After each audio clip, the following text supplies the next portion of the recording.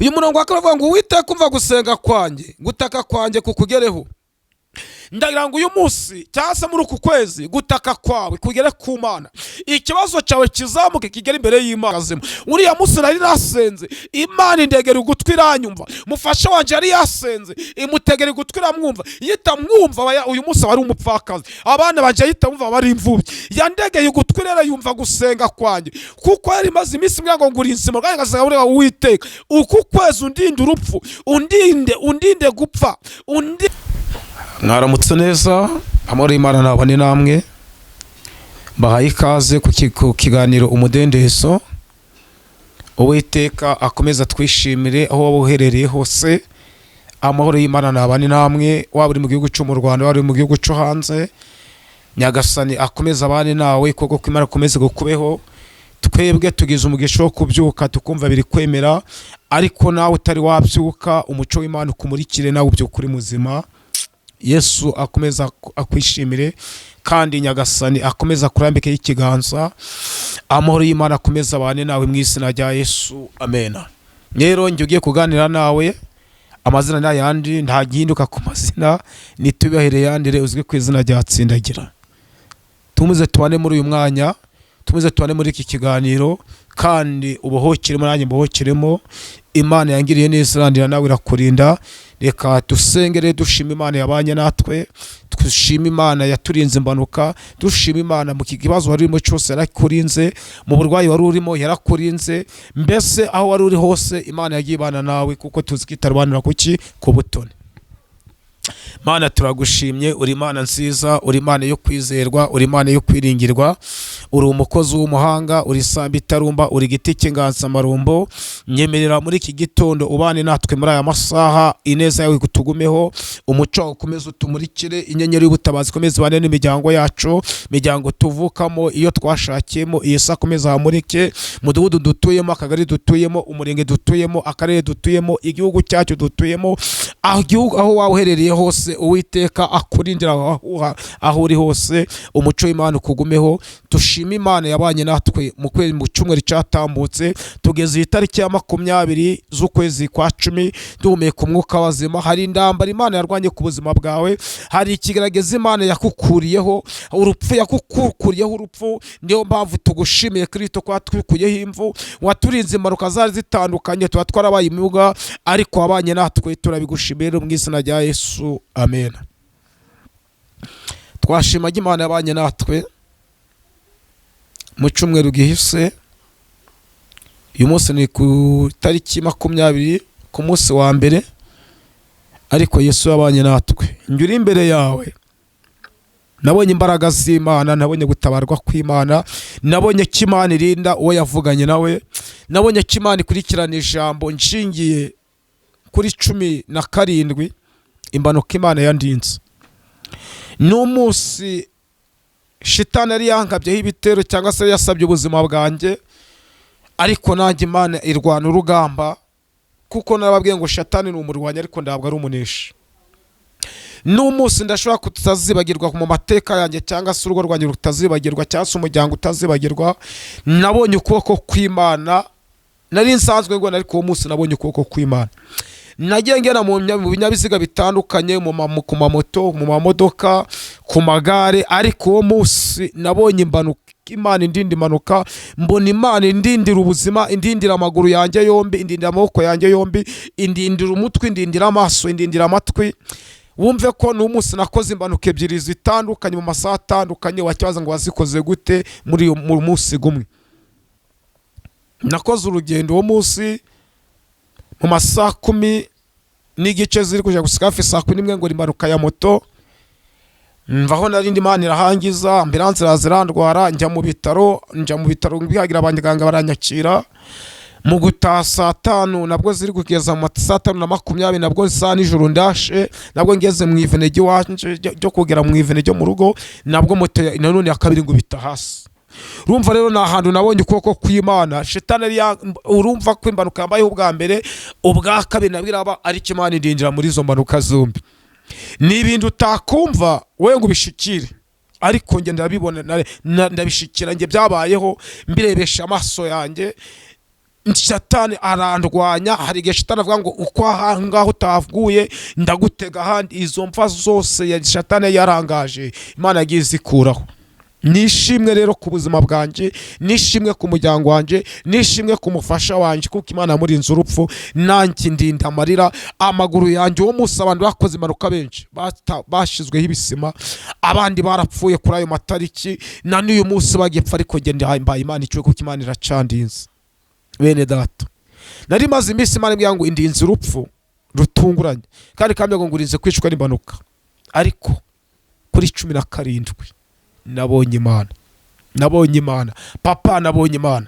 Wa mubyeyi we nabonye Imana. Wa mukobwa we nabonye Imana. Wa musore we nabonye Imana. Wa muvuga butumwa we nabonye iki? Nabonye Imana. Nabonye Imana ingura mu rupfu. Imodoka ebyiri zadepasanyaga, ngiye kubita hasi, Uwiteka akazegezayo, ndagira ikandagira ku mutwe.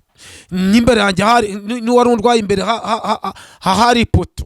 Nabwiye Uwiteka turinda ko twakwita umutwe ku ipoto. Uribaza mu motari wari undwaye yabaye muzima, imoto twagiraga yabaye nsima. Nabonye Imana, nabonye ukuboko kw'Imana. Niyo mbanguze gusa avuga ngo Uwiteka uje urinda abashoferi, urinda abamotari, urinda abagenzi bari mu mihanda. Nabonye Imana, nabonye Imana n'umwana wayo. Ndago wabyumva uyu munsi wanje abahari bagiranye, uyu munsi wanje aho hari ikiri, ariko nabonye Imana. Namashimwe nubwo ndari nakira neza, ariko uko biri kubiri mwe mungurikiye uko biri, Yesu aracyakora. Yesu aracarengera ubwoko bumutakira amanywa na nijoro. Yesu ukuboko kw'Imana kuracari kubayo. Imana ni kugira ngo nzakurinda amarira, kakubwira ngo nzakurinda urupfu.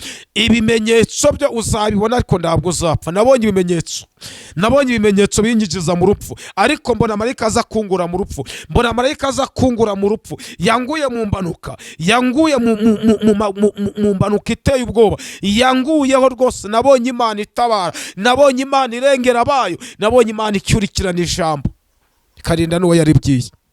Ndatinze rero njye bikubwira, iyo n'ubundi kubitekereza ngo uva umutima wanjye urashigutse, ariko twabonye Imana itabara. Tudatinze reka turi ijambo ry'Imana nateguye riri muri Zaburi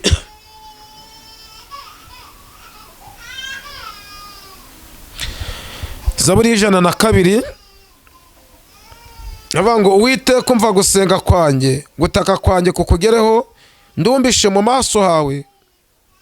Umunsi w'umubabaro wanjye undegere ugutwi, umunsi ndakiraho unzubize vuba. Kuko iminsi yanjye ishira ngumwotsi, amagufa yanjye yaka ngumuriro, ngurumuri, amagufa yanjye yaka ngurumuri. Reka nzuremo Zaburi 102 atavuga ngo gusenga k'umunyamubabaro, iyo umutima we uguye isari, agasuka amaganya ye imbere y'Uwiteka. Uwiteka umva gusenga kwanjye, gutaka kwanjye kukugereho, ndumbishe mu maso hawe. Ku munsi w'umubabaro wanjye undegere ugutwi, ku munsi ndakiraho unzubize vuba. Kuko umunsi wanjye ushira ngumwotsi, amagufa yanjye yaka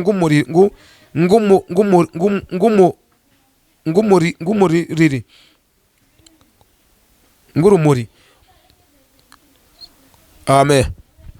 Reka dusome tuvuga kuri aya magambo, cyangwa tuvuge kuri iyi Zaburi ya 2.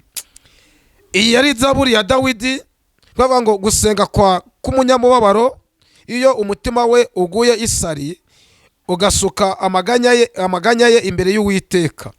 Kabiri avuga ngo Uwiteka wumve gusenga kwanjye, gutaka kwanjye kukubeho, ukugereho, ndumbishe mu maso hawe. Ku munsi w'umubabaro wanjye undegere ugutwi, ku munsi ndakiraho unzubize vuba. Yesu nashimwe. Ndago nzi ibintu uri gusengera muri iyi minsi, ndago nzi kundu Imana iri kukureba, ariko Dawidi aravuga ngo gusenga k'umunyamubabaro, iyo umutima we uguye isari, agasuka amaganya ye imbere y'Uwiteka. ndashaka ngo usuke amaganya yawe imbere y'Uwiteka. Wayasutse ku babyeyi ubwira amaganya yawe abantu ndi bakumva, ariko uyu munsi tariki 20 z'ukwezi kwa 10 ndagira ngo ngwingingire ngo amaganya yawe yasuka imbere y'Imana. Mbese ibibazo ufite bibwira Imana, agahinda ufite kabwira Imana, ikigeragezo wicayemo kibwira Imana. Imana irakumva, iragutegera ugutwi uyu munsi gusubiza. Nigutegera ugutwi ikumva gusubize vuba. Dawidi yavuze ngo Uwiteka ndakwinginze gusa amaganya yancu yumve, amarira yancu yumve, kandi numara kuyumva untegera ugutwi unsubize vuba. Amen. Uyu murongo wakaravuga ngo Uwiteka umva gusenga kwanjye, gutaka kwanjye kukugereho. Ndagira ngo uyu munsi cyase muri uku kwezi gutaka kwawe kugere ku Mana, ikibazo cyawe kizamuke kigere imbere y'Imana. Imana yumve gusenga kwawe. Gatatu avuga ngo icyavuga ngo ndumbishe mu maso hawe, ndumbishe mu maso yawe ku munsi w'umubabaro wanjye, undegere ugutwi unsubize ku munsi ndakiramo unsubize vuba. Ku munsi utakiramo, uyu munsi wo kuwa mbere niba ari wo munsi uri gutakiramo, Imana ikumve kandi gusubize vuba. Kuko itagushubije vuba ibibazo byagutwara, itagushubije vuba abakurwanya bagutwara, amabaka agusumbya imbaraga kagusumira, gahita umwuka wahituwera. Ariko ndakwingingira Imana uyu munsi, data gusubize vuba, ku bana bawe basubize vuba, mu kigeragezo urimo kigukuremo vuba, ideni urimo data ari gukuremo vuba, piriyavu urimo data kumvira ari gukuremo vuba, inzara ufite data kumvira gukure muri iyo nzara vuba. Kuko natakumvira, natagutegera ugutwi ngakumvire, uricwa n'inzara, ubutayu burakwica, kwambara ubusa burakwica, ibibazo byawe birakutwara. Ariko data nakumvira vuba aragukura mu kigeragezo ugeze uhagazemo. Uriya munsi nari nasenze, Imana indegera ugutwi iranyumva, mufasha wanje yari yasenze imutegera ugutwi iramwumva, yita mwumva. Uyu munsi wari umupfakazi, abana banje yita mwumva bari imvubyi, yandegeye ugutwi rero yumva gusenga kwanjye. Kuko yari maze iminsi ngo nguri insima kandi ngasanga uri Uwiteka, uku kwezi undinde urupfu, undinde gupfa, undinde kuba paralize, undinde kuba ikimuga. Yandegeye ugutwi indinda kugendera mu mbanduka. Nubwo ndimo ndi gucumbagira uyu munsi, ariko hari abagiyeho ibisimu uwo munsi, hari abazacecekerwa, hari abatakibukwa, bamaze kwibagirana. Ariko ndashima Imana yumvishe gusenga kwanjye. Yesu nashimwe. Uyu muryango wanje warasenze, nawe wari ufite amakuru ko bagomba gupfusha, barangije barapfukama baririra Imana. Imana yumva gusenga kwabo. Umunsi nakuraga imbanuka, data yumvisha amarira, yumva umuborogo, yumva amasengesho nasenze, yongera yibuka. Kuko ndamye asanze ndi Uwiteka. Wibuke ko nazamutse imisozi, wibuke ko najyamye mu buvumo, wibuke ngira aho nabyago rwose, kuko nazamuka kumva kuraga ngo Mana unyemerere umve gusenga kwanjye. Ukuguru kuracyafite, ndacyafite ibyo kugukorera. Imana yumva gusenga kwanjye, ingura hiyo mbanuka, indinda amarira. Rero nanjye nagira ngo ko yandinze amarira nawe kurindira umuryango amarira. Uku kwezi kutari kwarangira, imvuni nyinshi, imbanuka ni nyinshi, ariko mweho urugutega uje ubwira ngo Mana uko wumviye tsindagira, ukumva ijwi rye, ukumva gutaka kwe, ukumva urugo rw'uko rwumvishe. Nanjye abandi bari kugenda bari mu mihanda, mu barindi imbanuka, ubarinde undindira umuryango amarira. Uwiteka gukomereza amaboko, data kwambika imbaraga. Aya masaha ndinginga wowe ngurikiye, Imana ikurinde amarira. Amarira arahagurutse ku maso yawe, data afate muswara ayihanagure ku marira yawe, afate muswara ahanagura kuri amarira. Ari amarira menshi umaze imisurira, ariko ndinginga Imana ngo ifate muswara ihanagura amarira ku maso yawe, ihanagura amarira ku muryango wawe, ihanagura amarira ku muturanyi wawe, ihanagura amarira muri famiye yawe, ihanagura amarira ku maso yawe. Umuryango uvukamo uhanagureho amarira, mu mudugudu utuyemo ihanaguremo amarira, mu kagari urimo uje usenga Imana ngo Mana uko ndinze amarira n'abaturanyi baje barinde iki amarira. Ndifuriza ngo aho wawerereye hose Imana iguhanagura amarira. Umaze imisurira, Yesu akureba nimbuwe, uyu munsi afate muswara aza guhanagura amarira ku maso yawe, aza kure borokaje ku buzima bwawe. Hari amarira ukura kuko uri gucuruza ugahomba, Yesu aza kuri ayo marira mu bihombo urimo. Hari amarira ukura kuko gushira ibintu ku isoko ndibibona abakiriye, Yesu yaza guhanagura amarira, yarangiza akakuzanira iki abakiriye. akira kurengerwa n'Imana. Niwe uzi amarira uri kurira, uvuge ngo Mana nyemerera wumve gutaka kwanjye undabare vuba, kuko Yesu nagutabara avanagura akorwa n'isoni, ariko atagutabaye vuba ibimina byakwera ibimina, amadeni yakwera amadeni, muri banki bahaguruka ibyawe bakabiteza camunara, ariko Yesu aguhagurukiye akakubera umuterangunga, ibyawe byaje ku isoko ukagenda ukishyurira ideni. Yesu yarahagurukiye muri aya masaha, kuri iyi tariki, Imana igukureho borokaje, Imana ihanagura amarira ku buzima bwawe, Imana ikure urupfu mu rugo rwawe, ikure paralize ku buzima bwawe, kure kanseri ku buzima bwawe, ikure ubuhumyi ku maso yawe. Data hanagura amarira. Sango nzi amarira ukurira muri iyi minsi, ndago nzi amarira watangiranye uyu mwaka, ariko Uwiteka yashira iherezo ku buzima bwawe. Ntabwo nzi wa mukobwa amarira ukurira, ntabwo nzi wa mupapa amarira ukurira, ariko nakubwiye ngo Data afate muswara ahanagura amarira ku maso yawe, kuko yageze ku mugore aramwitegereza amubwira ngo wirira, amugirira imbabazi. Ndashaka ngo uku kwezi kwa 10 kutari kwarangira, Yesu akurebana amaso y'imbabazi aguhanagura amarira. Data wo mu ijuru yongera kure borokaje mu byawe, nubwo abarozi barimo bazoga ibyawe, nubwo barimo bafata ipfundo bagapfundika ubuzima bwawe, Data kurebana amaso y'imbabazi apfundura ipfundo ribosha ubuzima bwawe. Uyu munsi Yesu agaruke ku buzima bwawe. Yageze kuri Yeremiya akuraho inzitizi, ageze kwa Koroneli yakuraho urupfu, yanga ko Koroneli yari umutware w'ingabo, aramubwira ngo Data ndakwinginze, aca bugufi aramubwira ngo mfite amakuru sinashobora gupfundura agashumi k'inkweto zawe, aramubwira ngo wambabarira ugategeka gusa, ndi wiri gukandagira iwanje, ko iyo ndegetse ingabo zigenda wewe ndi wategeka, ko ufite ubushobozi buruta ubwanjye. Aravuga ngo nibyo ndi umutwara w'ingabo, mbagarariye igihugu, ndi umutwara w'ingabo, ariko umwana wanje yapfuye, uramutse utegetse. Arangije Yesu arayitegereza asanga Koroneli afite kwizera, icyambu kagira kwizera, kuko Yesu agiye kugutegekera, ibyakurwaho bigiye gusubira inyuma, ibyagutumagurira Yesu agiye kwihagarika. Aya masanda kugira ngo kurura kwizera, vuga ngo Uwiteka ndizeye, kuko aramarije uje guhanagura mu rugo rwanjye. Ngo Yesu ngarategeka, ngako kanya ngo Koroneli yageze iwe, ngasanga umwana wagize ute, ngo yasutse. Ngarabaza ngo yasutse ryari, wabya ngo ni saa 7. Ngo Yesu agiye kwitegereza, Koroneli yitegereje, ngasanga ni yasavuganiraga nande na Yesu. Ndashangi ukivugana na Yesu, Yesu ahindura ubuzima bwawe, akurupfu ku rugo rwawe, akurupfu ku mwana wawe, akura ubupfakazi mu rugo rwawe, akura amadeni mu rugo rwawe, akura inyatsi ku buzima bwawe. Uyu mwanya aya masaha Yesu amanuka avugane nawe, kuko akivugana na Koroneli, umwana wa Koroneli yagize ute, yabaye muzima, yarazutse. Ndashaka ngo nawe uhinduke Koroneli muri amasaha. Yesu avugane nawe, Yesu avugane n'ubuzima bwawe, Yesu avugane n'amadeni ari ku buzima bwawe, Yesu avugane n'intambara iri mu rugo rwawe, Yesu ahaguruke avugane n'inyatsi ku buzima bwawe, Yesu ahaguruke avugane n'ibyangombwa wabuze, ibi byangombwa biboneke mu izina rya Yesu. Ko yavuganye na Koroneli nawe reka avugana nawe, yavuganye na Koroneli amurebarebana. Nanjye ndashango Yesu amanuke arebane nawe, amenye ikibazo ufite, akurebana amaso y'iki y'imbabazi. Nakubwira ngo ihangane, ndakuri Imana itakura umuntu, nubwo bimeze gutyo. Yesu aje kuguhanagura amarira, aje gukura ubutabazi, kuzana ubutabazi ku buzima bwawe, aje gukura burukaje ku buzima bwawe, akira igitangaza gitunguranye, akira umugisha uturutse mu ijuru. Warashakishije biranga, ariko rega ngo ngubwire ngo uyu munsi wa none iyi Zaburi 102 iguhumurize ko ndahandi ubutabazi bwava uretse ku Uwiteka aremye ijuru n'isi.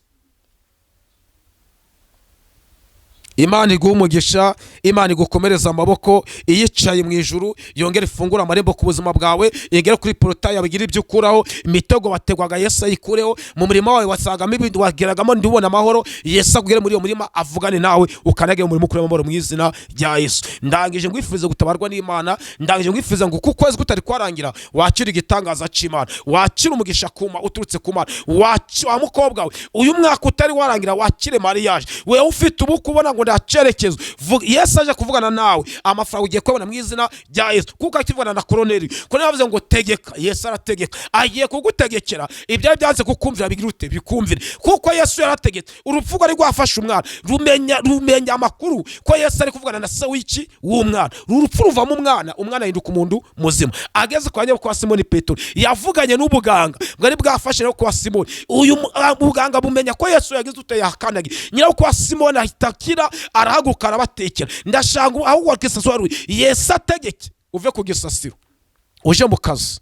Yesu nategeke uje mu kazi, wumvisha urugo rwawe utazabuhuka. Yesu nabohora ubuzima bwawe, abohora urugo rwawe. Mutwe wa Yesu namubohore. Ndakwatura kwizera, ndakwatura uburinzi, ndakwatura kubohoka mu izina rya Yesu. akira igitangaza gitunguranye kuri iyi tariki kandi wakira amahoro y'Imana aho wumvaga ko nta mahoro ufite Yesu akuzaniye amahoro akubereye ubuhungiro akubereye ubutabazi akubereye umwambasaderi Yesu agiye kukuvuganira agiye kukugenda imbere ikirenze n'ibyo Yesu agufasha ukuboko aho wabona gutagomba kwambuka iyo nyanja wabonaga ku buzima bwawe Yesu agiye kuyikwambutsa mu izina rya Yesu. Yesu akwereye umusare muri uku kwezi uretse no muri uku kwezi gusa uyu mwaka utari warangira mu kwezi kwa 11 Yesu agiye kwera umusare kwa 12 Yesu agiye kwera umusare agiye kukwambutsa agiye gushira ku mugongo aguheke umwana uri mu mugongo arateta nyina akamuhoza Yesu rero nawe araguhetse ku mugongo we ongera utete mu izina rya Yesu.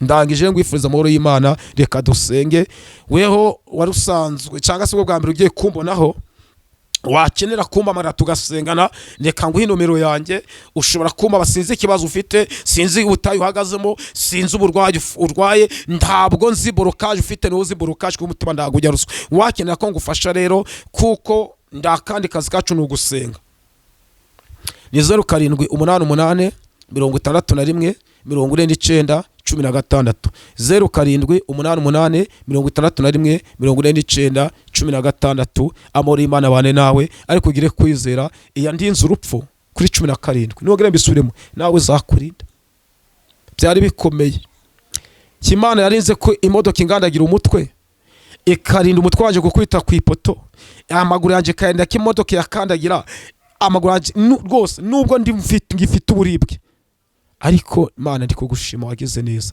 ihangane rero ndakuri Imana itakura umuntu aho shatani yagusabira hose Uwiteka yahari ndago hapfa rero gira kwizera Yesu aho wanyura hose arahari ndamuri kurwana Yesu arazizi umwabaro ufite Yesu arawuzi Yesu aragukiza mu izina rya Yesu.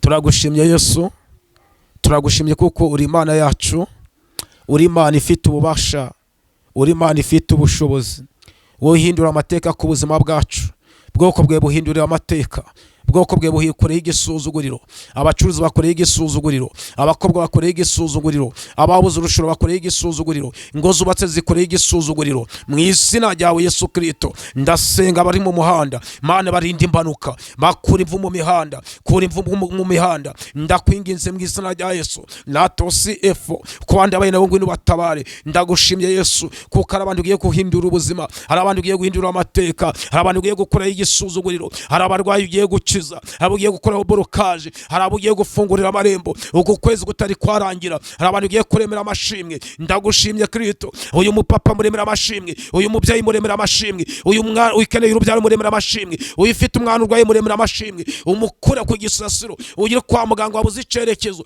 rema amashimwe abone icerekezo mu izina ryawe Yesu Kristo ndagushimye ko abantu ugiye gukiza indwara zitandukanye ndagushimye ko abantu ugiye guhereza ibyo kujya ndagushimye ko abantu ugiye kwambika ndagushimye ko abantu ugiye latosi efaya ugiye kwishurira amadeni ndagushimye ko ababyeyi ugiye gukiza imigongo uyu rugutaga ukuguru ugiye kumukiza uyu mwana mu nda ugiye gukoramo operation mkezi bihaha by'ababyeyi latosi efaya abagabo bakiza impyiko mu izina ryawe Yesu Kristo abashoferi barengere abanyonsi barengere abari mu mihanda zo bose barengere abagira n'amaguru barengere mu izina ryawe Yesu Kristo ongera shuru burinzi ku gihugu cacu shuru burinzi ku mipaka yacu shuru umutekano ku mwami Yesu Kristo ndagushimye kuko uri Imana yo kwizerwa ndagushimye kuko uri Imana yo kwiringizwa kuko alatosi efa uyu watakaga umutwe umukize ndagushimye Yesu kugukoza operation ku buzima bwabo kandi kuje kubategera ugutwi bari bafite ibyifuzo kubumvishe hari umuntu umaze imbisi mu bihe by'imisi 3 Mana ugiye kumva icifuzo cye ugiye kumutabara kuko urambye ngo wamutegeye amatwi kandi ikibazo afite wacumvishe ndagushimye Yesu